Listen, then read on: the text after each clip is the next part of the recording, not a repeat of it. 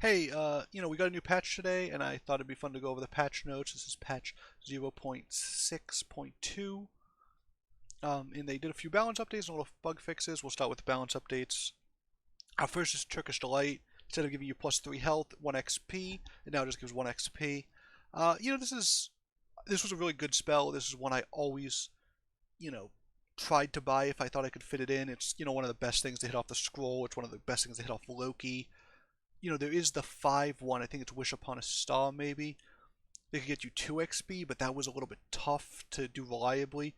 And the thing about that is that when you're buying XP, you're usually going to be weaker than average because you're spending your gold on XP on that turn.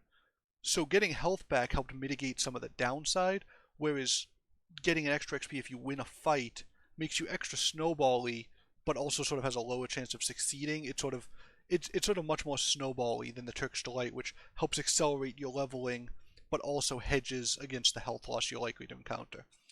Next is the End. They made it go from Devour character to gain 1 XP to Devour character, gain health equal to its level, and get the 1 XP. They also increased its cost by 1 gold. So interestingly, if you Devour a character on your bench, a character on your bench is worth 1 gold if you're not going to be using it. So if you devour a 3-drop character now, it basically turns into what a Turkish Delight was. It has a little more limitations in terms you always need something on your bench. If you just happen to see it and have 3 gold, and you have just 7 characters, you can't really do it cleanly that way.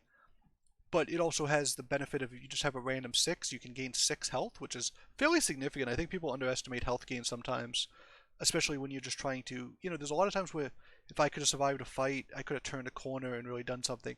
Health gain in the very end of the game might not always be important, but the difference between finishing near the bottom, the 7th and 8th places, and finishing in the top, even 2 or 3 or even first, can sometimes be just that mid-game health drop-off where you just can't stop the bleeding long enough to turn the corner on your comp. So I think this is really cool, and I'm sort of excited to try this out. I never really bought the End super often, although I probably should have bought it more than I did. So Good Boy, this is the nerf I think a lot of people are expecting, and I think one thing to note about this is that I think players often underestimate how much a little change can affect something's win rate. So the biggest issue with Good Boy was that you could buy it with, no real build around up to that point, and then just throw a few good characters in there. In next turn, you'll have your board of 6 good characters plus a Good Boy. You instantly have a pretty decent comp.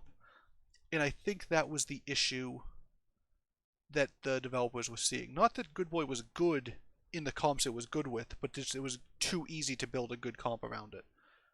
And by good, I mean powerful, not good as in the alignment. I realize I should have. But so the nerf here will be most felt right when you buy the Good Boy, before you find a way to buff it. Obviously, if you get the Magic Sword and give it a plus 100, attack, it's still going to make all your things trade whenever. If you were able to buff it with a few spells, with Bastines or whatever, you still get some nice value out of it, but it won't be as good if you just, hit 6, see the Good Boy, say, okay, this is our comp now, and go into it. So I think this is a good change. Maybe it'll still be too powerful, but I think, we should, if you're someone who says, oh wow, this isn't going to matter, it's still going to be too good, I think you should be a little patient, because I've thought that in the past, and I've been wrong. So Hotwood Elder is another card that, this is one I buy a lot. So basically it got the change, instead of giving up plus 1 attack, plus 2 health, now it gives +2/+2 at the start of the brawls, only to treants.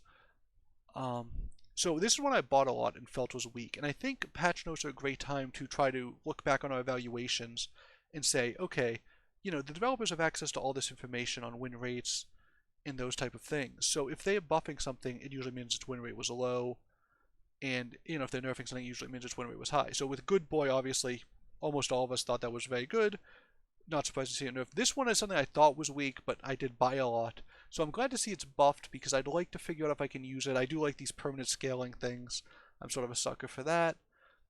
But I think the plus, the extra attack could be a big deal, because treants, like they say, have very high health totals, and you'd run into a lot of times with the attack just wasn't growing fast enough to make them trade effectively. So they'd have high enough attack to absorb 2 or even 3 hits, but they just weren't dishing out much damage back, so they weren't getting great trades. And the problem is, when your opponents attack you and survive, there's a lot of triggers in this game that work off attacking. So if you're not able to, sort of punish them for that attack, if something is able to come in and, Medusa you, and you're unable to, I guess Medusa is probably a bad example, um, and most slays are probably a bad example as well. But if they're able to attack into you, and you're not able to trade back, I think you'll find yourself in a situation where your opponent's cards are doing a lot of what they're trying to do, and your cards really aren't. And I think that's a bad place to be if you're trying to win.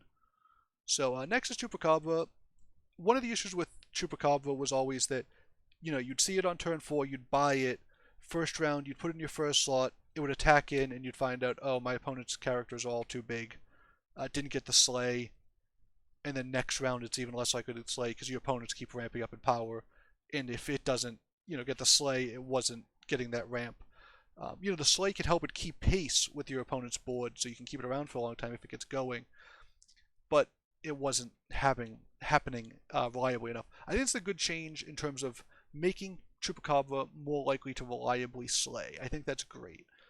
One of the issues with Chupacabra is also that even if it gets the slay off 100% of the time, if it gets exactly one slay a fight, it's going by +1/+2, which is fine, but I don't think it's that exciting. I think you really need a Baba Yaga, you really need to be playing with Dracula, or Shadow Assassin, or, Bad Moon, or something that leverages slay abilities, because otherwise, just the growing by +1/+2 isn't that exciting. And, if you look at Hotwood Elder, at the start of every fight, it can give +4/+4. It takes a little work, but so does Slay.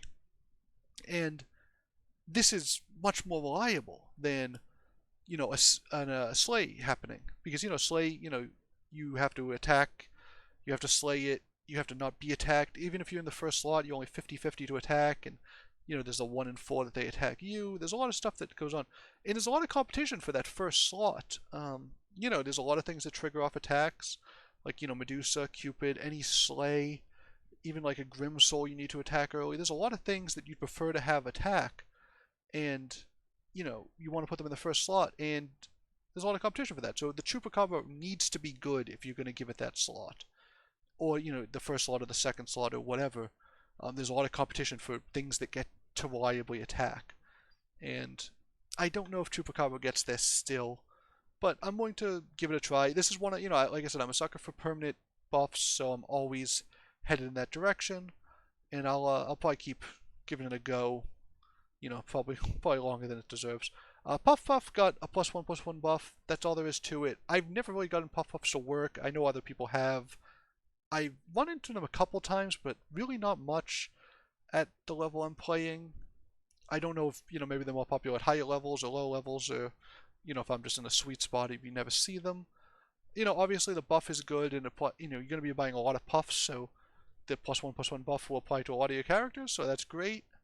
But I don't think it's super exciting. It doesn't really fundamentally change the way puffs are going to play in any way.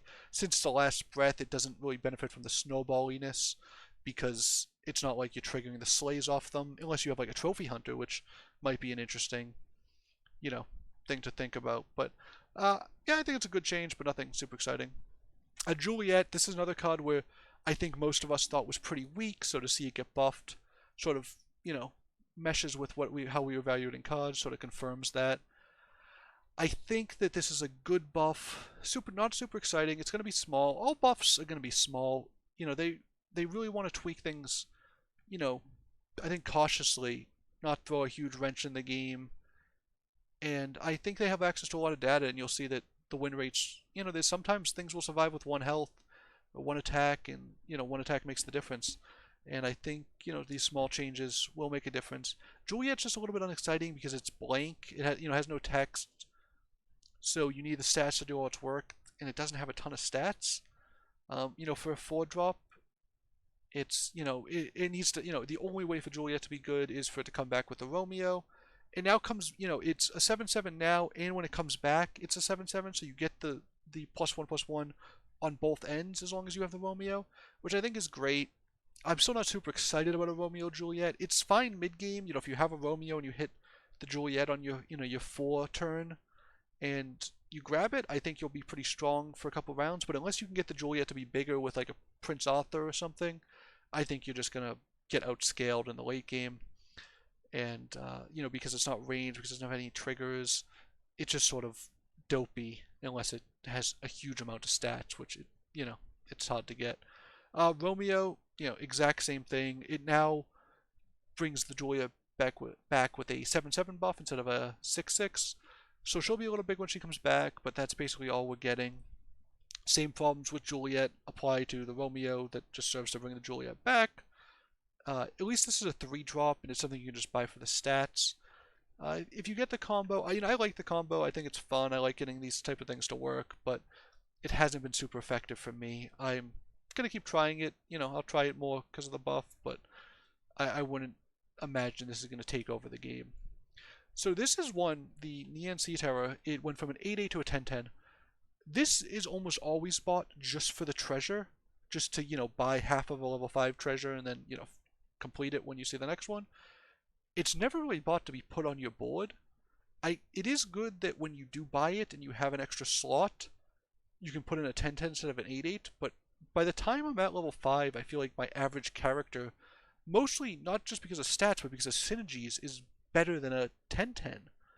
So I'm not sure this buff gets to the heart of why this card might have been weaker than they were hoping.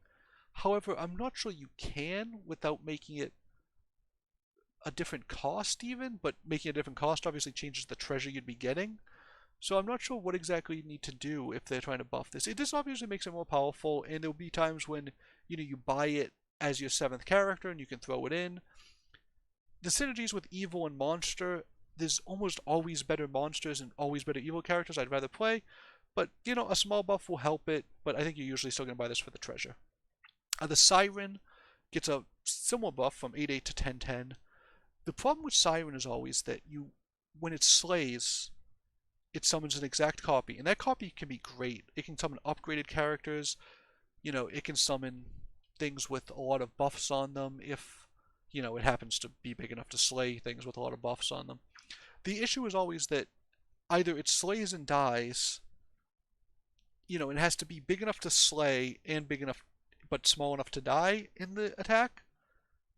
And, that hits a certain sweet spot of character that'll work against, to clear a spot, or you need to put it further along in your lineup, but that reduces the chance it's going to get the slay off, because as we said, the slays usually want to be far to the left, or maybe you could put it in the back, but it's, putting something in the back to get a slay off can work sometimes, but it means you can't get the buffs off, your supports. Like a lot of times you want Baba Yagas in the back.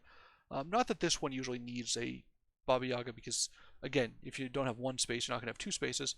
So this is an important buff because it has Slay specifically, and buffing something with Slay really can get the snowballiness going. But I'm still not sure that it changes the sort of logistical issues that the Siren has a lot of the time. I'm always excited to see Siren out of like a pumpkin, because it can really turn fights sometimes, but I'm always struggling to fit this in my comp, even when I do want to buy it. But I'd be excited to mess around with this one. So Apple Bomb is actually one that I thought was pretty powerful, so I'm surprised to see it get a buff here. So maybe I was misevaluating it. So I call it Apple Bomb too, it's just called Rotten Apple Tree. And buffing its defense is obviously great, because the more it gets attacked, the more its ability triggers. The big thing with this is obviously getting it to 1 attack, so it can trade with those things attacking it, not just leave them with 1 health, meaning that something else on your board has to attack into them. I think this is a good buff for it. One of the things about Apple Tree is that it's nice because it occupies a space in the frontal right of the board, which are usually the least competed for spots. In most compositions, I think. It's nice that it goes well there, because it's likely to get attacked, but doesn't necessarily, it's not going to attack quickly, and you really want it to be attacked, not get attacked, or not attack itself, sorry. That's sort of what makes it different from most characters in the game. It doesn't particularly help your late game Treant comp in any major way. There's a lot of 6-drop Treants that you'd rather have. You often do end up with one of these, though. I think it's a great mid-game card. I obviously it seems like I was overvaluing it, but it is something that I pick up a decent amount just as a as a character that doesn't necessarily need synergy with my comp, but works like a Medusa or Cupid, which just sort of evens the odds. Anything they have that attacks into it, if you can get it to have 1 health, it will likely die, and maybe this will stick around, and you basically can trade 1 for 1 a decent amount of the time. There's always spawners and there's ranged characters and all kinds of things, but it served that purpose of just if I needed a character, I couldn't find any synergies. It was nice to sort of just reduce the effective board size of both me and my opponent. Next, we have some heroes that got changed. Peter Pan's guaranteed to see a level 2 character on turn 1. That's a great change. It was always terrible when you saw all level 3s, you couldn't buy anything. It was just sort of boring. Who wants to do that? And second of all, they made it so when you change with the All a Dream card, you now get the bonus for each level you are above 3, and you can continue getting bonuses past level 6. That's pretty cool. It basically means you'll turn into sort of like a grandmother where you get, a static buff on all your characters, and it can be pretty significant. If you get it like level 6, you already get +3/+3, and then you'll keep getting it. So I don't know if you naturally get XP like Peter Pan does, or like if you'll keep, generating it turn after turn, or if you need something like an adventure, you need to buy the spells to get the bonuses. To continue going. I don't know if the XP just naturally stops at level 6 or if this reverts you down to level 3. I don't know exactly how it will work. It will be interesting to see. With Zehua, this originally was very weak, and that's actually what they say, maybe been the weakest hero in the game.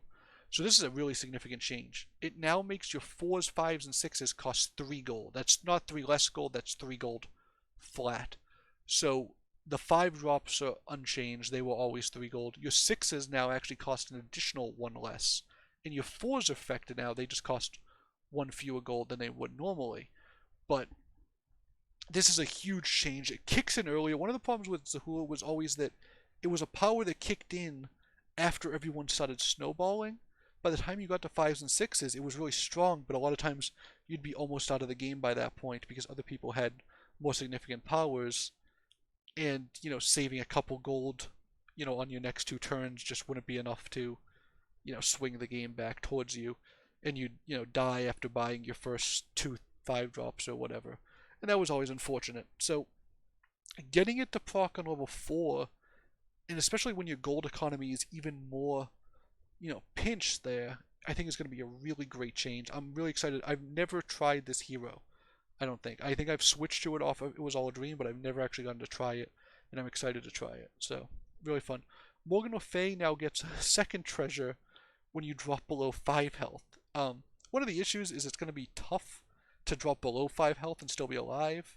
A lot of times you'll drop some, say, 10 health to 0, so you won't actually get the second treasure reliably. It was very hard to go from above 20 health to 0, just because of the way the game functions. I think the most you can lose is 27. And that'd require you to kill, the opponent to have all upgraded characters and not kill anything. But this is cool. It makes her a little more powerful. Unfortunately, I think she's still a little bit weak just because she doesn't kick in, again, same issue with, until the point where people are snowballing. Once you hit 20, you're usually pretty weak or it's pretty late in the game. And getting, level 6 treasure is great late in the game. But it's possible that, the sort of the state of the board, state of the game has already been decided at that point. Getting a second one is really nice. I'm glad to see a tweak. There's not much they can do if they want to keep the same type of ability. They can just sort of adjust the numbers. Giving you a second treasure is a great change. Makes it a lot more exciting. And I'm excited to try it out, even if it's not something I think is particularly powerful. A couple new features. There are some sort of stranger. The transitions I was noting earlier were a little bit wonky for me. They have little reconnecting, a little bit of zoom, and ability to buy heroes in collection. That's cool. Although you never really need to because you can only buy them. You can buy them just when they're available, I think, and never miss out on them. But if you just want to pick them up, that's fine. A couple bug fixes: lucky no longer target 0, stolen copies, summon the swallow character for you instead of the player you stole the croc from. That's really interesting. I never knew that was happening. Just a couple other various bug fixes, mostly display issues. And then a few cards got some new art. Pretty cool. You'll see them in game. You might have to mouse over things just to read them. It's mostly spells and spells and treasures, so you just have to mouse over them and see what they are doing. So that's my patch note review. I hope that was helpful. I'm excited for these patches. I think there's a couple really good changes. And I'll see you out there.